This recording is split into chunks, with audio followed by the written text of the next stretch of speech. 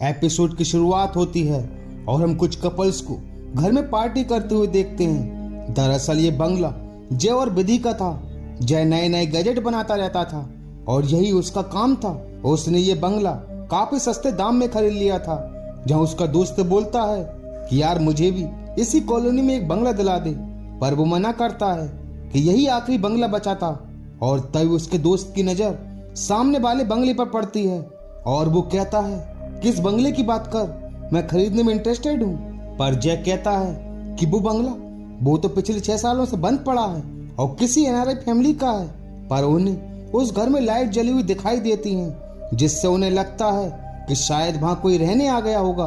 और जय अपने दोस्तों को कार से छोड़ने के लिए चला जाता है और जब वापस आता है तो उसे अपनी कार में किसी के बैठे होने का आभास होता है, पर उसे कोई दिखाई नहीं देता।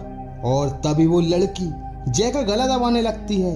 वो जोर जोर से हॉर्न बजाने लगता है, पर दूसरे ही पल कार में कोई नहीं था और जय गाड़ी से बाहर आता है। वो काफी डर चुका था और तभी एक लड़की और विधि भी वहां आ जाती हैं। जहां वो लड़की जिसका नाम ऋचा था वो पूछती है कि आपने मेरी बहन को यहाँ से जाते देखा, वो सफेद ड्रेस में थी। जहाँ जय बोलता है कि उस लड़की ने अभी अभी मेरे ऊपर हमला किया, पर किसी तरह मैं बच गया। और ऋचा के कहने पर वो उसकी बहन को ढूंढने लगते हैं, पर तभी ऋचा की बहन आकर जय का गला पकड़कर हवा में लटका देती है। उसे देखकर ऐसा लग रहा था मानो उसके ऊपर कोई पिशाच सवार हो। और तभी विधि और ऋचा बड़ी मुश्किल से जय को उससे छुड़ाते हैं और थोड़ी देर बाद ऋचा की बहन एकदम नॉर्मल हो जाती है, जैसे कुछ हुआ ही ना हो। उसे कुछ याद नहीं था। जब विधि बोलती है कि हमें आपकी पुलिस कंप्लेंट करनी होगी, आपकी बहन की वजह से सभी को खतरा है। आज जय पर हमला किया, कल किसी और पर करेगी। पर जय विधि को समझाता है और ऋचा के कहने पर वो उन्हें घर तक छोड़ने चला जाता है। वहीं अगले दिन जय ऋचा के घर पहुंच जाता है उसकी बहन का हालचाल जानने। जहाँ ऋचा बताती है कि मुझे गोद लिया गया था, मेरे माता पिता नहीं है और दीदी के पेरेंट्स ने ही मुझे गोद लिया था, पर जब मैं 10 साल की थी वो भी गुजर गए और तब से दी ही मुझे संभाल रही है। उन्होंने मेरी खातिर शादी भी नहीं की और आज जब उन्हें मेरी जरूरत है तो मैं उन्हें अकेला कैसे छोड़ दूं। वो बिल्कुल सही रहती हैं, पर अचानक से उन्हें पता नहीं क्या हो जाता है। काफी इलाज करवाया पर कोई फायदा नहीं हुआ।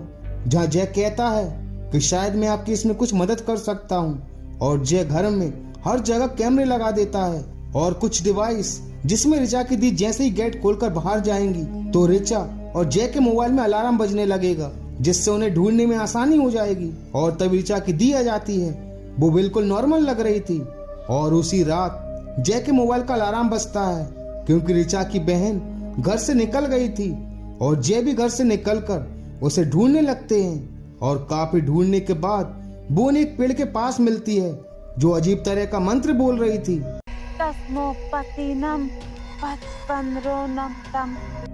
जिसे जय रिकॉर्ड कर लेता है। और तभी ऋचा की बहन ऋचा का गला पकड़ लेती है। जय काफी मुश्किल से ऋचा को छुड़ाता है और उसकी दी बिल्कुल नॉर्मल हो जाती है। उसे कुछ याद नहीं था कि अभी अभी उसने ऋचा को मारने की कोशिश की थी।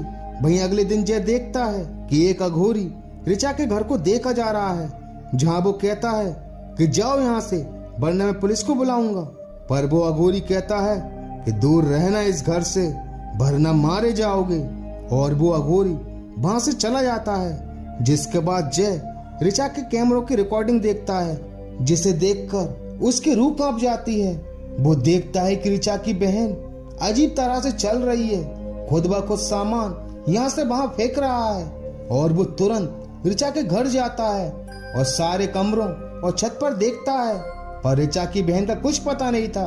और तभी ऋचा आ जाती है, जहाँ जय उसे बताता है कि दी के साथ कुछ अजीब हो रहा है, तुम लैपटॉप लेकर आओ, मैं तुम्हें बताता हूँ। और जब वो कैमरे की रिकॉर्डिंग देखते हैं तो दोनों हैरान हो जाते हैं और दोनों बाहर ऋचा की बहन को ढूंढने जाते हैं। जहाँ वो देखते हैं कि ऋचा की बहन ऊपर बालकनी में है और वो गिरने वाली है, जिसे देखकर दोनों ऊपर जाते हैं। जहाँ जय बड़ी सावधानी से उसे बचा लेता है और कमरे में सुला देता है। और दोनों दोबारा उस रिकॉर्डिंग को देखते हैं, जिसमें उन्हें समझ नहीं आ रहा था कि ऋचा की बहन ऐसा कैसे कर पा रही है। और तभी ऋचा को वो अघोरी दिखाई देता है और वो सोचती है कि शायद ये हमारी मदद कर सके, और ऋचा उसे घर के अंदर बुला लेती है और उस अघोरी को वो रिकॉर्डिंग बताती है, जिसे देखकर वो अघोरी कहता है कि ये तेरी बहन नहीं है, उसके अंदर एक पिशाच बैठा है और भाई ये सब कर रहा है। उस पिशाच को मैं कब से खत्म करने का प्रयास कर रहा हूँ, पर वो हमेशा मुझे चकमा देकर भाग जाता है। वो इसी मंत्र को बोलती है ना, पको सदानंद सतो वाहा पाराया ततो। तुम्हें इसका मतलब पता है? वो पिशाच इसी मंत्र के प्रयोग से एक शरीर से दूसरे शरीर में प्रवेश करता है। सिर्फ महिलाओं के पहले तेरी बहन ने इस श्लोक को बोला होगा, तभी उस पिशाच ने तेरी बहन के शरीर पर कब्जा किया। चलो मुझे उसके पास ले चलो। और जब सभी कमरे में पहुंचते हैं तो वो पिशाच एक झटके में ही तीनों को दूर फेंक देता है। वो अघोरी भी उस पिशाच का कुछ नहीं बिगाड़ पा रहा था और पूरे कमरे में धुआं फैल जाता है। और ऋचा की बहन अपना सर धड़ से अलग कर देती है और वापस से जोड़ लेती है और ऋचा से कहती है कि अपनी बहन को बचाना चाहती है तो बोल मंत्र। पर वो अघोरी भी मंत्रों का उच्चारण करने लगता है और तब ऋचा की बहन पूरी तरह से नॉर्मल हो जाती है। जहां वो अघोरी कहता है कि उस पिशाच ने तुम्हारी बहन का शरीर छोड़ दिया है, जिसे सुनकर सभी खुश हो जाते हैं। वहीं जब जय घर पहुंचता है तो विधि घर पर नहीं थी।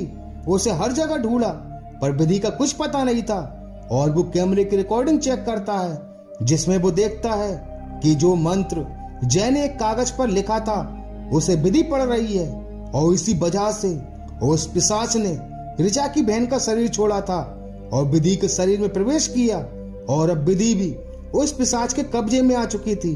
काफी इलाज करवाया पर कोई फर्क नहीं पड़ा। जहां हॉस्पिटल का स्टाफ भी सही से बर्ताव नहीं कर रहा था और तभी जय को एक आइडिया आता है।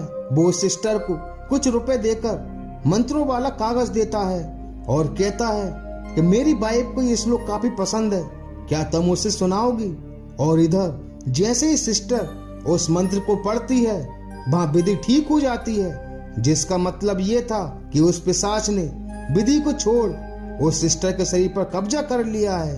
और इसी के साथ इस एपिसोड का दी एंड हो जाता है।